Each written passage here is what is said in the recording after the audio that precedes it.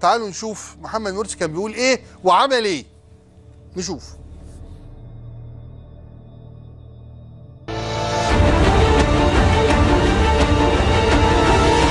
محمد مرسي المتحدث باسم حركة أخوان المسلمين في مصر ودول إسلامية أيضا. تصور لو حدث تنسيق بين مواقف مصر وتركيا وإيران وسوريا والمملكة العربية السعودية، ماذا يمكن أن يحدث للكيان الصهيوني وللعصابات الصهيونية؟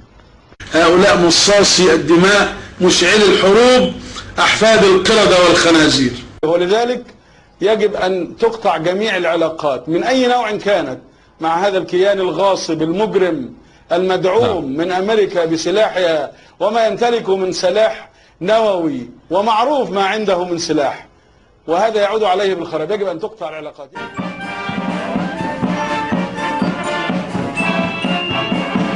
And the letter of recall of my predecessor.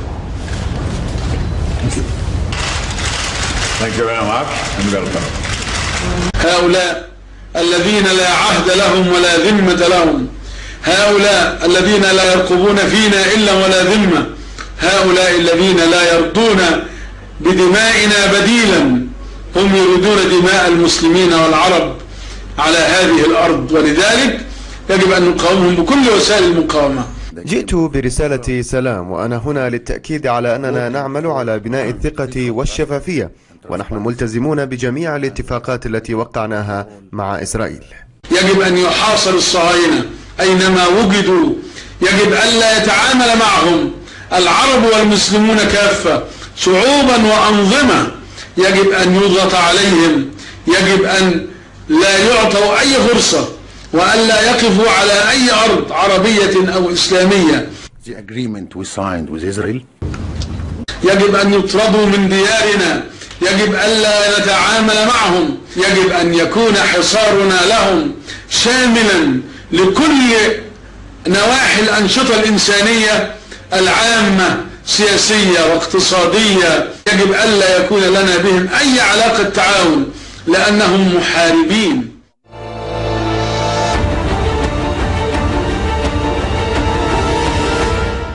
ايه رأيك؟ ايه رأيك؟ يعني ناقش نفسك كده، فكر، تعال نفكر هو في ايه؟ ايه التناقض الفظيع الرهيب البشع ده بين واحد كان بيقول لنا انهم احفاد القردة والخنازير، وبين يبعت سفيره ويعمل مشاوراته ومفاوضاته، ويبقى بيريز بيبعت لبيريز رسائل حب، وبيريز يقول عليه صديقي ورجل الدولة، ويمتدح نتنياهو لبرمان وبيريز. ايه التناقض الرهيب؟ يدعو للمقاطعة ويجب أن نحاصرهم، ويجب أن لا نتعامل معهم العرب والمسلمون جميعا. ده أيام البدلة الصيفي، بدلة المحلة الصيفي اللي كان لابسها.